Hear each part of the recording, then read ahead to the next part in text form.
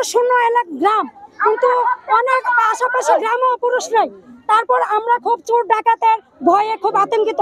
আমাদের ছেলেমেয়েরা স্কুল কলেজে যেতে পারে না, কারণ ওরা হুমকি দেয়। আমরা খুব ভয়ের মধ্যে আছি।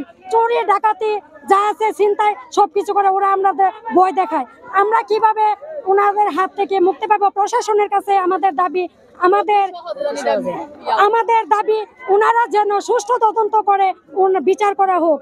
ওনারা আমাদের ভাই বোন, ভাই স্বামী, আমার শ্বশুর চাচা সবাই যেন বাড়িতে আসতে পারে, ওনারা দেখ। আর যারা চিহ্নিত আসামি তাদেরকে ধরুক। আর রুবি ও তার মেয়ের বিরুদ্ধে অনেক মামলা হয়েছে, তারা আসামি। আমাদের এই যে লোকগুলো আছে ওদের একটার মধ্যে কোনো আসামি নাই, একটার মধ্যে কোনো আসামি নাই। আমাদের গ্রাম এবং ইউনিয়নের শান্তির জন্য আমরা শান্তিপূর্ণ মিছিল নিয়ে বের হয়েছি। এরপর এদের রুবির মেয়ের জামাই এবং রুবির মেয়ের জামাইয়ের যত দলবল আছে তাদের এই কুখ্যাত সন্ত্রাসী থেকে, চুরি ডাকাতি থেকে, ছেলে ছিনতাইকারী থেকে এবং ঘরের দরজায় দরজায় প্রতিদিন রাত্রে ধাক্কায়, আইনের পোশাক পরেও ধাক্কায় তারা, কিন্তু আমরা তাদেরকে কিছু করতে পারি না। পুরুষ শূন্য এলাকা। আমরা চাই আমাদের নিরপরাধ পুরুষরা সবাই দেশে ফিরে আসুক, দেশের শান্তি দেখ।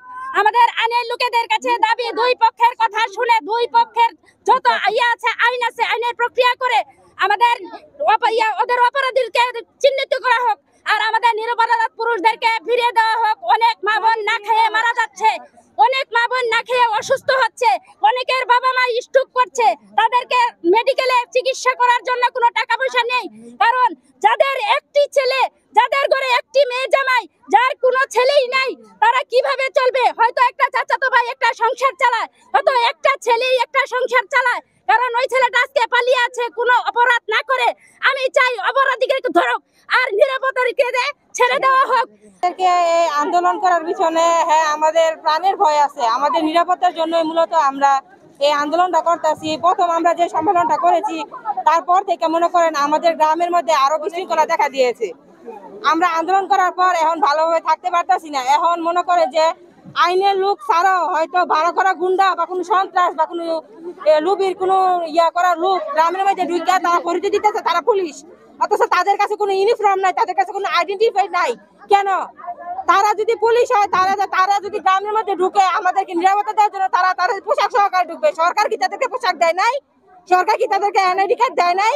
কেন তারা সন্ত্রাসীদের মতো গ্রামের মধ্যে ঢুকে আতঙ্ক সৃষ্টি করবে? এই জনকে সেই জনকে হয়রান করবে। ছোট ছোট বাচ্চাদেরকে আপনার প্রশ্ন করা হয়, জিজ্ঞেস করা, বাচ্চারা ভয়ে কাঁপে। আপনাদের আইন কি বলে যে 10 জন নিরপরাধী, 10 জন অপরাধী যদি খোলা বাতাসে নিচেও ঘুরে একজন নিরপরাধ যেন শাস্তি না পায়? চুরি এবং ডাকাতিগুলোর পেছনে মেনই হলো এই চুরি এবং ডাকাতিগুলির পেছনে মেন হইলো রুবির স্বামী, রুবির অবৈধ স্বামী। ওনার কোনো লিগ্যাল স্বামী নেই। ওই মহিলা একটা নষ্টা, দুশ্চরিত্রা। ওই মহিলার স্বামী কয়জন থাকতে পারে? ওই মহিলা একটা নষ্টা, দুশ্চরিত্রা। ওই মহিলার অবৈধ স্বামী। অবৈধ স্বামীর উপর আমাদের সন্দেহ যে উনি আমাদেরকে আতঙ্কিত করার জন্য এরকম করতেছে, আমাদেরকে হুমকি দিতেছে যে আমাদের গ্রামের মধ্যে পুরুষ নাই, মহিলাদেরকে নির্যাতন করা হবে।